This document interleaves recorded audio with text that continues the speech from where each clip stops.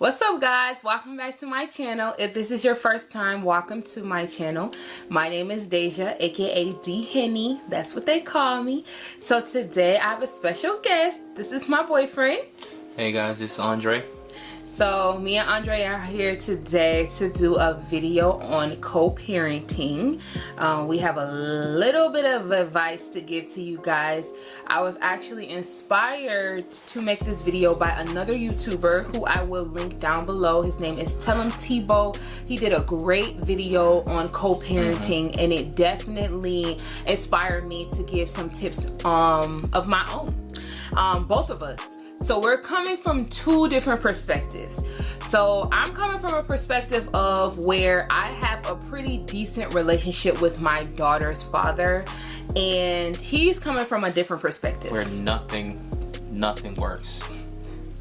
Yeah, so he's coming from the perspective of when you can't communicate, when you try everything and it doesn't work. We have a son together and we have daughters with other people in previous relationships, so we definitely know about co-parenting. So this video is very important and it's very real. So I know people are going through this, so we're coming to you guys with a couple tips, and this is a tipsy talk, so make sure you grab your drink. What you drinking on? Tell them what you're drinking. Bumble rum with cranberry juice. Okay, and I'm still on my keto, so I have ice. This is flavored water from Walmart. It's called Ice, and this is still Jack Daniels, y'all. That's my drink, Jack Daniels. All right, guys. So I'm coming to you with my first co-parenting tip. My first co-parenting tip would to be get over the person. You cannot have any romantic feelings for your child's mother or father. Like, it has to be dead. All right, so if you had a relationship, it didn't work, but what came out of the relationship was a beautiful child, then you guys need to focus on that. Like, the feelings have to be gone. Like, you cannot be low-key wanting them to come over like, oh, so-and-so need diapers, but you really want to see the baby father or the baby mom. Like, no. You gotta let that go. The relationship is done. So that's my first tip. Cut the feelings off. Cut the feelings out. I definitely don't have no feelings for my daughter's mom. Zero feelings. My first tip for someone that co-parent absolutely don't work is take it to the court. The court would decide your days versus the other person's days.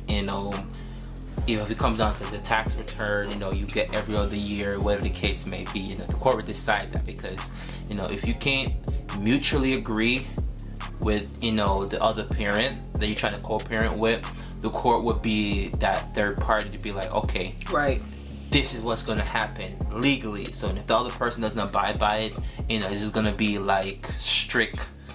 I don't even know what's going to happen because it hasn't got to that point yet, but I don't want to know what's going to happen because I don't.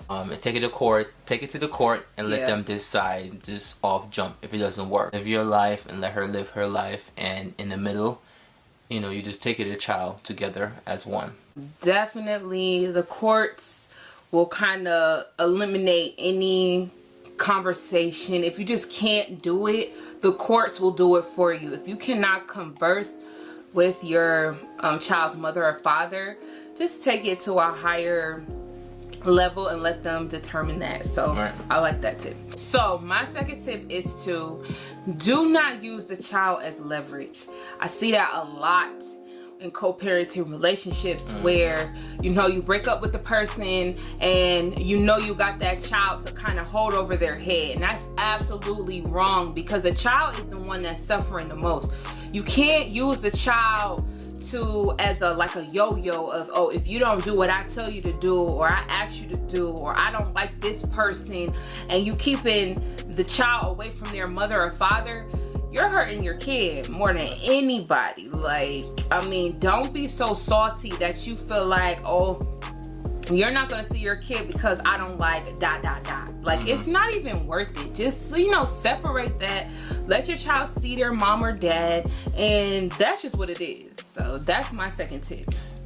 I had a question for you. Do you think your baby father has ever tried to leverage to use your daughter against you, or have you ever tried to do that? So here's the thing. Me and my daughter's father have not always been good. So I'm not even gonna front. In the beginning, when I was childish, and I probably did have feelings for him, and I didn't want him to move on, right. Yes, I did it. And you know, looking back now that I've matured, and you know, that's wrong to be like, oh, you're not gonna see your daughter because whatever the case may be. It should never be like that. So as you grow, as you get into your own thing, like, it's no reason to, you know, hold your kid hostage from their parent. Like, let them see their dad, let them see their mom. They love their dad or their mom. You can't mix that. So it's, yeah, at the end of the day, it's not good for the kid, because you're just hurting your child at the end of the day. Like, I'll come to the house and I would even call and be like, yo, I'm about to come grab her real quick. Before we have any court or anything set up, like, you know, I'm thinking, okay, boom, I'm about to just pull up, come grab her, go do whatever. You know, on any given day, she could be feeling whatever type of way and be like, nope, you're not getting her. I would say definitely don't use your kids as leverage, because your kid at the end of the day will be the one suffering. Mm-hmm. But, you know, my second tip for a person who, you know, co-parent don't work is definitely don't badmouth your child parent to the kid. Mm-hmm. Because, you know, you won't let your kid, because it's better for you if your kid come up with the assumption, okay, I don't like my mom, or I don't like my dad because my dad does this or dad does that, whatever. You know, when they get older. Yeah. Kids are young these days. They want to just be on YouTube. They just want to be on, you know, they just want to play games or and whatever. Kids naturally love their parent. Exactly. They're gonna give you the benefit of the doubt. So, you know, don't just inject your kid with your feelings of the person that you don't like. Let your kid come to the assumption. That would hold more weight than you know, feed it into your child. I'm talking to my daughter or hanging out with her, I don't even bring her mom up. It's just me and her hanging out, having a good time, good vibes. I would recommend that you don't do that. You know, you're just jeopardizing your child mindset by, you know, injecting them with your beliefs on the other parents. I agree with that. Keep that separate. That's where a lot of miscommunication comes from, when kids grow up and they never understood, well, why weren't you there? Why weren't you in my life? And, you know, as they grow up, the parent has an explanation. Well, your mom wouldn't let me see you. You know, I tried to come and get you. She wouldn't let me. And you can only imagine what that other parent is telling the kid, and you know, that goes with them. You know, everybody wants their parents, and you know, when it's separated, it's just so much harder for the kids. So my third tip, you would think it's a given, but it's kind of not. My third tip is to just be respectful to each other as human beings. Like, if you were pulled into the office at your job and your manager told you something about yourself that you didn't like, you're not going off on your manager. You're not about to mess up the office. You're not gonna cuss him out. So why can't you hold that whole same standard to the person that you're raising a whole child with? Like, why you gotta go crazy on a person that is... Because it's personal. Yeah, that's true. But I mean, if you don't care about this person, like we talked about in step 1 or advice number 1, if you don't have feelings for this person, nobody should be able to move you like that. Nobody should be able to get in your head and make you mad. Like, I mean, it's just like, hey, say what you gotta say. What's up? Like, I'm here for my kid.